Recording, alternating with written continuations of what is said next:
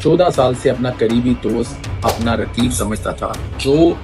اپنے لیے خریدتا تھا وہی اس کے لیے خریدتا تھا۔ احسن شاہ وہی اس قتل میں مرکزی ملزم نکلا۔ اطلاعات کے مطابق احسن شاہ مدینہ منورہ جیسے پاک شہر سے اپنے 14 سال پرانے دوست کی موجودگی کی رپورٹس ان کے مخالف گروپ تیفی بٹ کو فراہم کر رہا تھا، جس کے نتیجے میں امیر بلاچ کی ریکی کر کے قاتل اس تک پہنچے۔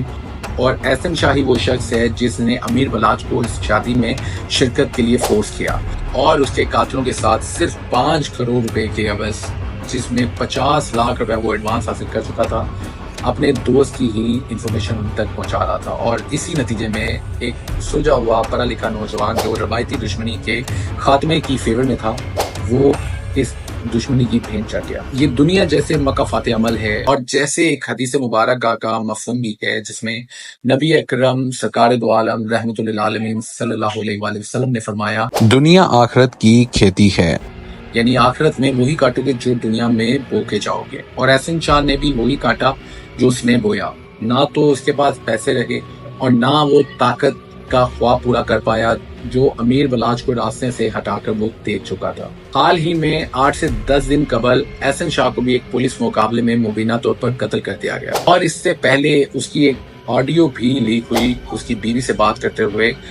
جس میں وہ اسی پولیس آفیسر کی پلاننگ کے بارے میں بات کر رہا تھا جس نے اس کو اریسٹ کیا تھا، یعنی شکیل بٹ صاحب کے بارے میں۔ اور اب بات کرتے ہیں تیفی بٹ صاحب کے بے نوئی کے قتل کے بارے میں۔ 64 سالہ محمد جاوید سوموار کی دوپہر جب اپنے بیٹے کے بچوں کو اسکول سے لینے گھر سے نکلے تو تقریباً آدھے گھنٹے کے سفر کے بعد ان کی گاڑی لاہور کی معروف کینال روڈ پر شاہ جمال کے قریب اشارے پر رکی۔ وہ نہیں جانتے تھے کہ اگلے چند لمحات میں کیا ہونے والا ہے۔ ابھی وہ اشارہ کھلنے کے منتظر ہی تھے کہ ان کی دائیں جانب پر 2 موٹر سائیکلیں رکی۔ ان دونوں موٹر سائیکلوں پر سوار افراد کے ہاتھوں میں اسلحہ تھا، جس کا رخ ڈرائیونگ سیٹ پر بیٹھے محمد جاوید کی گاڑی کی جانب ہوا اور انہوں نے اندھا دھند فائرنگ شروع کر دی۔ فائرنگ کی زد میں آنے والے محمد جاوید موقع پر ہی ہلاک ہو گئے، جبکہ گاڑی میں سوار ان کی اہلیہ شدید زخمی ہوئی۔ اس واقعے کی ایف آئی آر اور لاہور پولیس کے بیان کے مطابق لاہور جیسے شہر میں دن دہاڑے پیش آنے والا قتل کا یہ واقعہ کوئی عام جرم نہیں تھا، بلکہ اس کے تانے بانے شہر کی انڈر ورلڈ کی دہائیوں پرانی دشمنی سے جا ملتے ہیں، جس میں اب تک کئی افراد قتل ہو چکے ہیں۔ اس دشمنی میں ایک جانب ٹیپو ٹرکم والا کا خاندان ہے، جبکہ دوسری جانب خواجہ تعریف عرف تیفی بٹ اور خواجہ عقیل عرف گوگی بٹ نامی کردار، اور حالیہ چند دنوں کے دوران یہ دوسرا ایسا واقعہ ہے جس کے بعد لاہور میں یہ خدشات جنم لے رہے ہیں کہ ان افراد سے جڑے تنازع میں ایک نیا اور جان لیوا موڑ آ چکا ہے، جس کے اثرات لاہور کی سڑکوں پر دیکھے جا سکتے ہیں۔ اور افسوس کی بات یہ ہے کہ اسی شاہراہ کے قریب کرکٹ قذافی اسٹیڈیم موجود ہے، جہاں پہ آلریڈی انٹرنیشنل ٹیم آتے ہوئے کتراتی ہیں، اور پاکستان کا مشہور ایجوکیشن انسٹیٹیوٹ ایف کالج موجود ہے، اور پاس ہی ظہور الہی روڈ جہاں پہ لاہور کی مشہور سیاسی شخصیات بھی رہائش پذیر ہیں۔ اس شاہراہ پر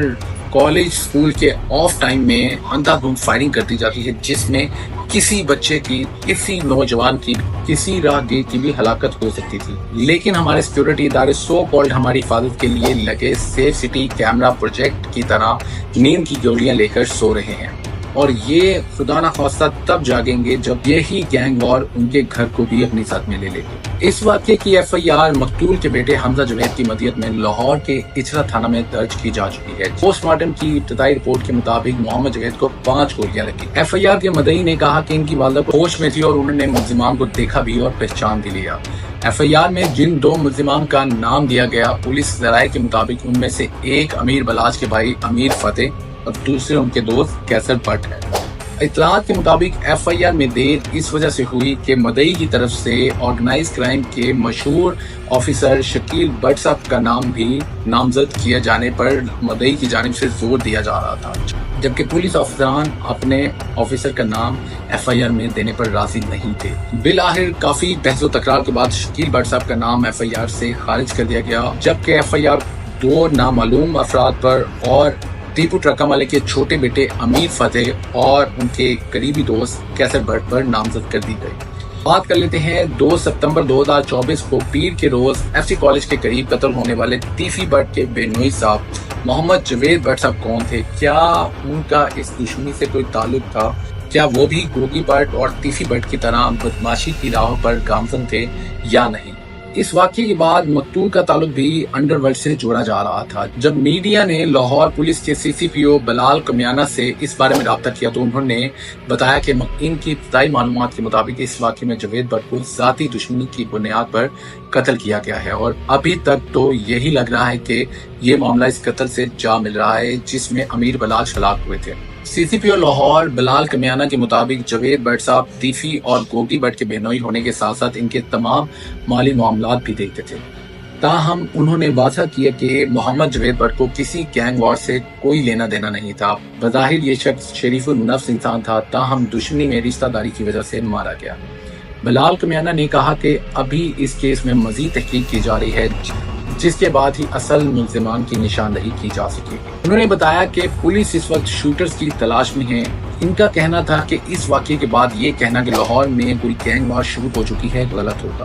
جبکہ مجھ سمیت لاہور کے رہائشیوں کا کہنا ہے کہ لاہور ایک بار پھر خون خوار گینگ وار میں داخل ہو چکا ہے۔ اینی ویز CCPO لاہور صاحب کا کہنا ہے کہ ابھی تک اس کیس سے جڑے جتنے قتل ہوئے ہیں وہ سب بدلے اور دشمنی کی آڑ میں ہو رہے ہیں۔ واضح رہے کہ گزشتہ چند دنوں کے دوران اس دشمنی سے جڑا یہ دوسرا قتل ہے۔ رواں ماہ ہی لاہور پولیس کے آرگنائز کرائم یونٹ CIA کے DIG عمران کشور صاحب نے یہ دعویٰ کیا تھا کہ امیر بلاش ٹیپو کے قتل کے مرکزی ملزم احسن شاہ اپنے ساتھیوں کے فائرنگ سے ہلاک ہو گئے، تاہم ان کے اہل خانہ نے اسے مسترد کیا اور اس واقعے کو ایک ناجائز قتل قرار دیا گیا ہے، جبکہ مجھ سمیت لاہور کے رہائشیوں اور پاکستان کے پڑھے لکھے اور باشعور طبقے کی یہ رائے ہے کہ سزا دینے کا حق صرف قاضی اور عدالتوں کو ہونا چاہیے۔ یہ ایک سچا یا جھوٹا پولیس مقابلہ تھا،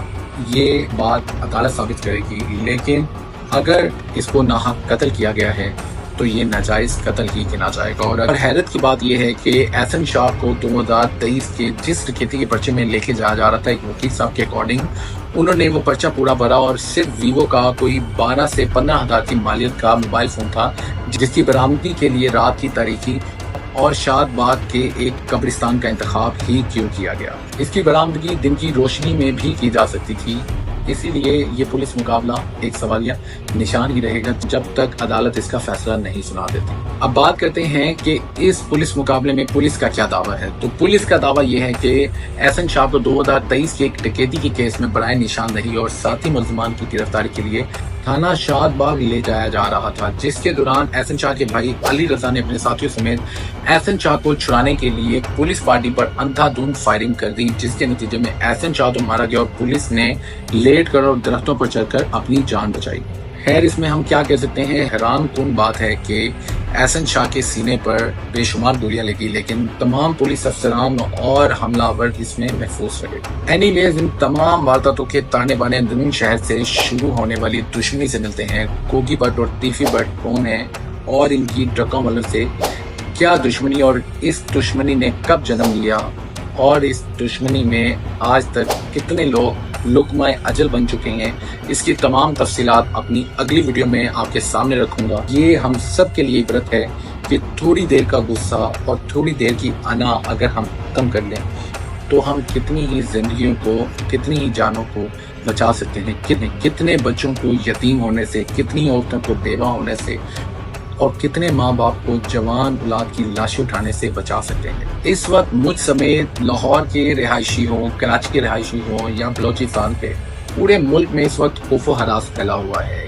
کہیں لاہور کی سڑکوں میں شوٹرز کا ڈر ہے، کہیں کراچی میں نتاشا جیسی امیر زادی کی گاڑی کے نیچے کچلے جانے کا، اور کہیں کچے کے ڈاکوؤں کے ہاتھوں اغوا ہونے کا، اور کہیں پنجاب سے کوئٹہ یا بلوچستان جاتے ہوئے اپنی جان کا ڈر ہے۔ اپنا بہت سا خیال رکھیے گا۔ اللہ تعالیٰ ہم سب کا حامی و ناصر ہو۔ اللہ تعالیٰ ملک پاکستان پر اپنا خاص رحم و کرم فضل فرمائے اور ظالم حکمرانوں سے، ظالم لوگوں سے ہمیں محفوظ رکھے۔ نئی ویڈیو میں نئے کنٹینٹ کے ساتھ دوبارہ حاصل ہوں گا، تب تک کے لیے اللہ حافظ۔